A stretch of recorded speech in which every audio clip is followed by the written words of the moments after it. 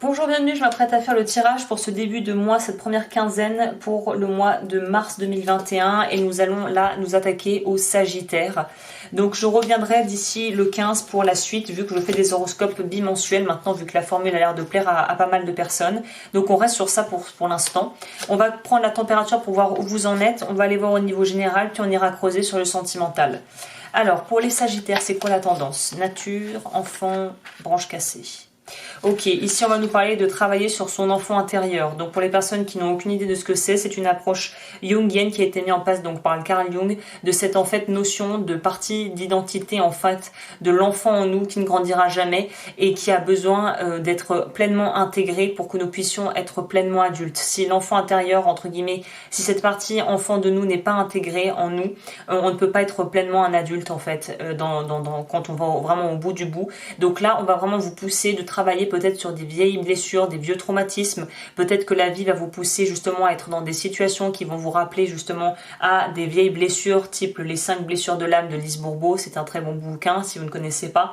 En tout cas, on nous dit qu'il y a du travail à faire au niveau de votre vie émotionnelle, de réparer des choses dans le passé qui ont été difficiles pour vous. Là, on nous parle bien qu'on remonte plutôt dans l'enfance, donc ça remonte assez loin. Et avec la nature, on va aussi nous parler de pouvoir reconnecter avec une certaine forme d'animalité, d'instinct, et peut-être aussi tout simplement d'apprendre plus de temps pour apprécier les choses simples de la vie, se reconnecter à la nature, peut-être ce mois-ci, en ce début de mois, essayer de pouvoir faire plus de balades en forêt ou ces genres de choses. En tout cas, là, il y a une notion de retrouver sa véritable liberté, sa véritable identité, en tout cas d'être dans une quête de reconnaissance de soi, de compréhension, et aussi on pourra nous parler de guérison ici. Donc c'est déjà assez riche en informations pour vous ce mois-ci. Ok, on va voir ce que ça nous dit au niveau du tarot.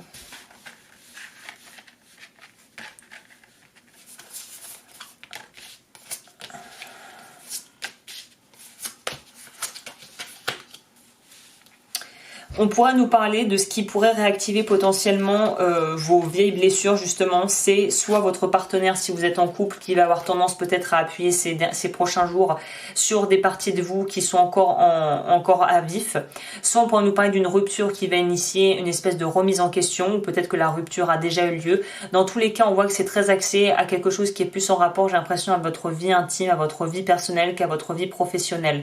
On pourrait cependant nous parler ici peut-être de quelqu'un au travail qui va un petit peu qui est un peu un espèce de bourreau de travail qui va un peu vous faire déchanter. On pourrait nous parler aussi au travail peut-être de déchanter, d'avoir commencé et peut-être de s'être engagé, d'avoir intégré un poste avec des étoiles plein la tête et puis là de se rendre compte que au final c'est pas si rigolo que ça et du coup d'avoir peut-être que de là va être un petit peu mis en exergue, mis en lumière ce besoin de vouloir reconnecter à des choses un peu plus fun, un peu plus marrantes, de moins se prendre au sérieux, de pouvoir retourner à quelque chose de plus léger, de pouvoir vraiment avoir plus de pouvoir d'action, de pouvoir bouger, de pouvoir être soi, de pouvoir faire faire des choses qui n'ont vraiment aucune utilité concrète mais juste pour le plaisir de les faire. Là on sent un besoin de retourner à des choses beaucoup plus simples de la vie parce qu'en fait on est un peu écrasé sous le poids des responsabilités entre guillemets d'adultes.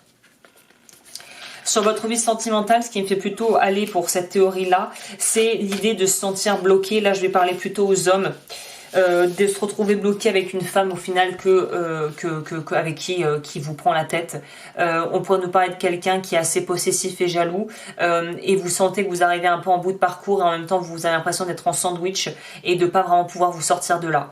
Donc là on voit bien avec le monde que on a des plans, on a prévu des choses peut-être où on a peut-être voulu s'engager avec une personne et là on se rend compte que ça bloque au niveau il y a une espèce d'incompatibilité peut-être au niveau des caractères et vous vous rendez compte que vous ne voulez peut-être pas les mêmes choses que cette personne et donc du coup vous êtes dans une position extrêmement délicate où vous avez peur du changement et en même temps vous avez besoin de prendre un peu plus de respirer.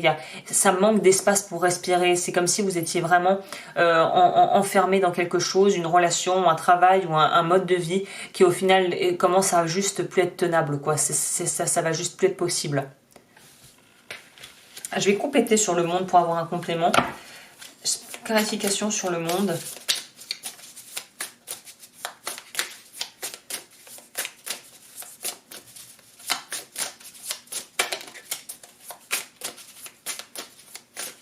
Ça peut aussi dans l'autre sens. Vous avez peut-être un mari qui vous prend la tête, si pour les femmes qui me regarderaient. Et là, vous dites, bon, il commence à me gonfler, Coco. Voilà, c'est très lié à la famille. On voit bien qu'il y a quelque chose au niveau de la famille qui, en tout cas de votre vie intime, qui va bouger, je vous le dis. Hein. Il y a quelque chose où vous allez vouloir trancher et il va peut-être y avoir vraiment un épisode très significatif qui va un petit peu faire déborder le vase en fait. La goutte d'eau qui fait déborder le vase. D'ailleurs, je vais noter ça parce que ça pourrait être ça.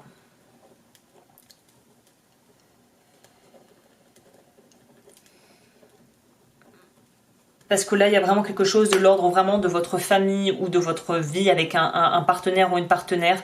Là, ça va être ras-le-pompon et vous allez prendre des décisions assez drastiques. Donc, j'ai envie de vous dire, soit, mais quand même, ne faites pas ça dans l'impulsivité ou sous le coup de la colère. Réfléchissez quand même, utilisez l'intellect et l'aspect plutôt cérébral plus que impulsif et de vouloir rentrer dans le tas et de vouloir régler vos comptes avec tout le monde. Prenez un temps d'abord pour décharger déjà et ensuite à tête reposée, voyez ce que vous déciderez de faire. Au niveau sentimental, du coup...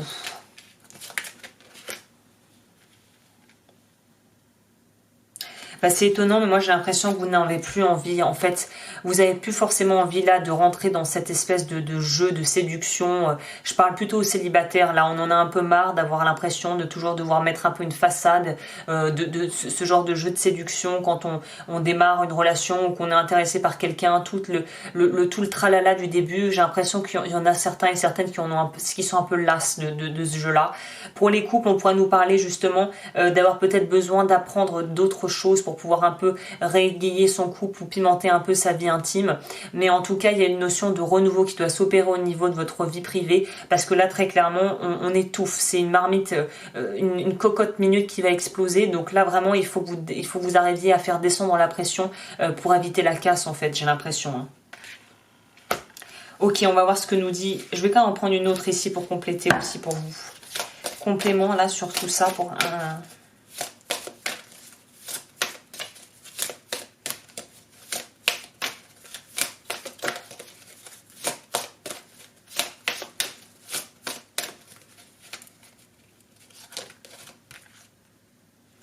Abondance. Je pense qu'il y a une idée aussi de manquer peut-être un peu de recul par rapport à ce que vous vivez et peut-être que votre frustration, même si elle est réelle, n'est pas forcément justifiée en ce sens où peut-être que vous ne voyez pas tout le potentiel que vous avez, tout le potentiel que pourrait avoir potentiellement une personne autour de vous qui peut-être vous fait un peu de l'œil mais que vous ne voulez pas prendre en compte.